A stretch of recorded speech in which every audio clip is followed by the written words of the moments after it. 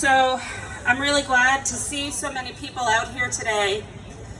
I felt that I needed to come out and join you because we're talking about some really serious issues and some really serious threats to our community and our country.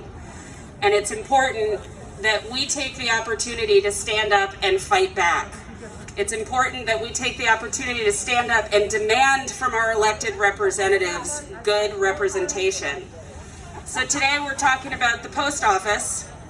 I never imagined that in this country we would have to come together to defend the Postal Service. But here we are, and let's talk about why it's so important. We are in the middle of an unprecedented pandemic. Millions and millions of people out of work. And that means that millions and millions of people are depending on unemployment support. Guess how they get their unemployment? In the mail. We have people who are senior citizens and people with disabilities all across central and western New York and all across our country who depend on Social Security checks that come in the mail.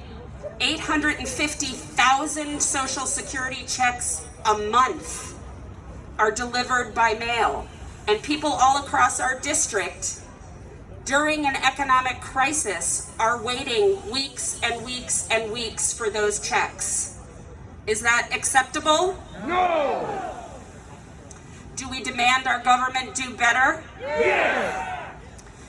How about the millions of people across this country who depend on the Postal Service for their medications?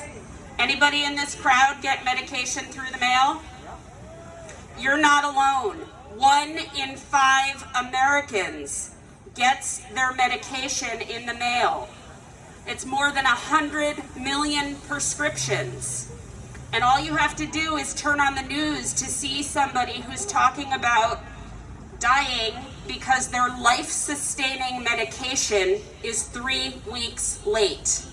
Is that acceptable? No! Do we demand better? Yes! And how about the fact that we have the most important election of our lifetimes coming up this November? I'm guessing, are you all planning to vote? That's not nearly enough of an answer. Are you all planning to vote? So this November, because we are in the middle of a pandemic, the ability to vote by mail is more important than it has ever been. Millions and millions and millions of Americans are going to cast their ballot by mail. And let's be clear, mail-in voting is safe, it is secure, it cannot be hacked. There is no such thing as widespread mail voting fraud. It doesn't exist. And while our president and our congressmen and the Republican Party in Washington, D.C. want us to believe that that is a problem, all of the evidence shows that it isn't. And by the way, they all vote by mail. Oh, they didn't hear that. If it is good enough for them, it is good enough for us. I am tired of living in a country where our president and his administration think that they play by a different set of rules than the rest of us. This is our democracy. This is our election. This is our vote. And the United States Postal Service and all of the incredibly hardworking employees who show up to deliver our mail no matter what the weather, no matter what the danger, no matter how tired they are, no matter what challenges they are dealing with, they show up every single day for us to keep our community connected, to make sure we get our medications, our checks, our bills, sorry about the bills, everything that we need in the mail. These are incredibly important, valuable public servants. And we owe them support, and the government owes them support. So we need the post office to be fully funded. And there's a vote in the House today to fund the Postal Service. It's going to pass because the Democrats are going to pass it. And we need to keep raising our voices and demanding that the Senate take up this bill. We need to let Mitch McConnell and his team know that if they don't take up this bill and pass it, they will be voted out of office.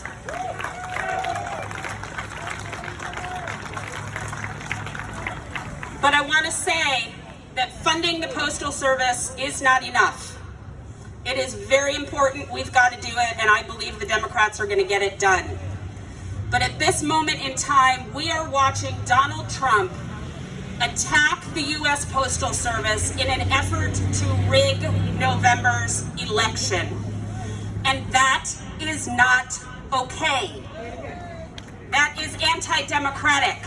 That is what dictators do. That is how we take our country down the road to fascism. And I, for one, will not stand for it.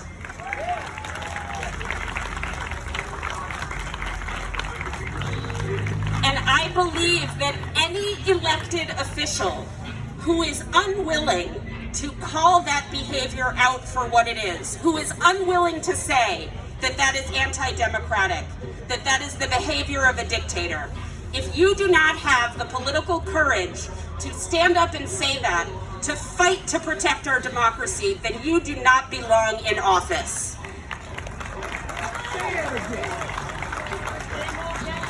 And in case anyone misses my meaning, let me be clear. That is a message for Congressman John Katko.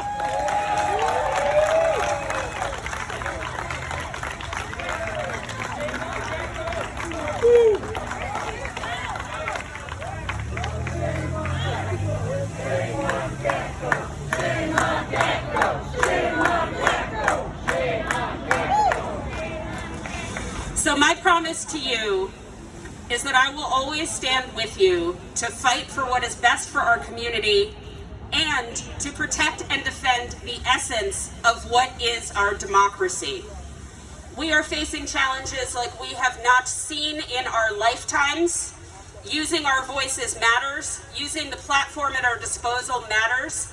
And as long as you are out here fighting, I will be fighting with you. Thank you.